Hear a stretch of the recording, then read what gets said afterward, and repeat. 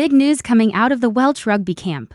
Rees-Zammit is back in the starting lineup for the first time since his incredible journey to the NFL, that's right, after his stints with the Kansas City Chiefs and Jacksonville Jaguars. The electrifying wing is set to light up Principality Stadium in Cardiff this Saturday as Wales takes on Japan. If you remember, Rees-Zammit made his much-anticipated return off the bench in last week's game against Argentina. And while the result, a 52-28 loss, wasn't what anyone wanted, seeing him back in a Welsh jersey was a massive highlight. Now, at 24 years old, he gets his chance to start, and fans are buzzing to see what he can do from the first whistle. But Rees-Zammit's return isn't the only major story. The team has seen a bit of a shake-up, unfortunately due to injury. Captain Jac Morgan suffered a dislocated shoulder against Argentina, which is a huge blow. He's out for the rest of the autumn series, so we wish him a speedy and full recovery. This injury has forced interim coach Steve Tandy to make some key changes in the pack. Alex Mann, who's been impressive, will shift over to the open side flanker position to fill Morgan's boots.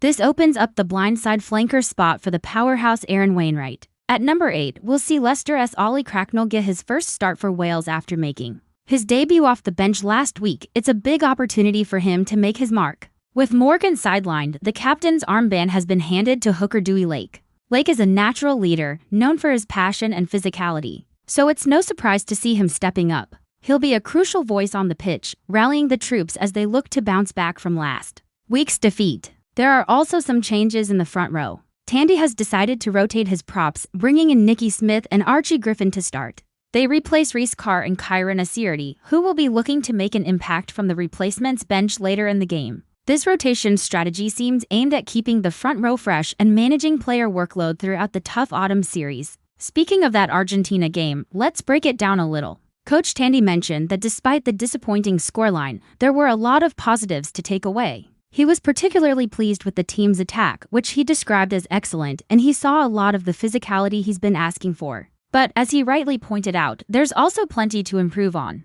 Defense is clearly a major focus area for the coaching staff this week. Conceding 52 points is never ideal, and they'll be working hard to tighten things up and prevent Japan from finding similar gaps. The key message from the camp is about building on that first performance. It's not about throwing everything out and starting over, but rather refining what worked and fixing what didn't. They're looking for a more complete 80-minute performance this Saturday. Let's quickly run through the full starting 15 for Wales. At the back, we have Blair Murray at fullback. The wingers are the man of the hour, Rees-Zammit, and the ever-reliable Josh Adams. In the centers, it's a pairing of Max Llewellyn and Ben Thomas. The halfback combination sees Dan Edwards at fly half, partnered with the experienced Tomos Williams at scrum half, moving to the forwards. The front row is Nicky Smith, Captain Dewey Lake, and Archie Griffin. The second row features the towering duo of Dafai Jenkins and Adam Beard, and the newly arranged back row consists of Aaron Wainwright, Alex Mann, and Ollie Cracknell. The bench also looks strong and full of potential game changers. Liam Belcher, Rhys Carr,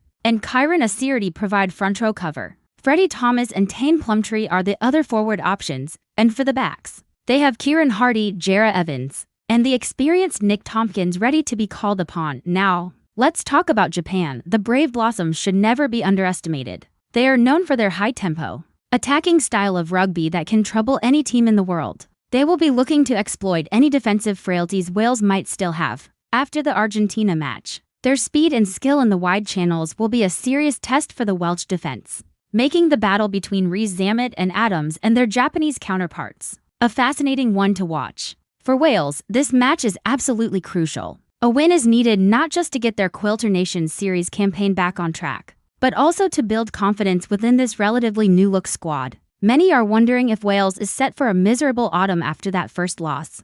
But a strong performance against Japan could change that narrative completely. This is a chance for players like Dan Edwards and Ollie Cracknell to solidify their places in the team. It's a chance for Dewey Lake to show his leadership credentials as captain. And, of course, it's a chance for Rees-Zammit to remind everyone of the world-class talent he possesses. After his American adventure, all eyes will be on him to see if he can bring that X-factor back to the Welsh attack. The atmosphere in Cardiff is always electric, and with Rees-Zammit starting, you can bet it will be buzzing. Fans will be desperate for a home win and will be the team's 16th man, as they always are. So, how do you think Wales will fare against Japan? Will Rees-Zammit score on his return to the starting lineup? Can the new-look back row dominate the breakdown? Let me know your predictions in the comments below. It's shaping up to be a must-win game and a really exciting contest. Thanks for watching, everyone. If you enjoyed this breakdown, make sure to hit that like button and subscribe to the channel for more rugby analysis and news. We'll be back with a post-match review, so you won't want to miss that. Cheers!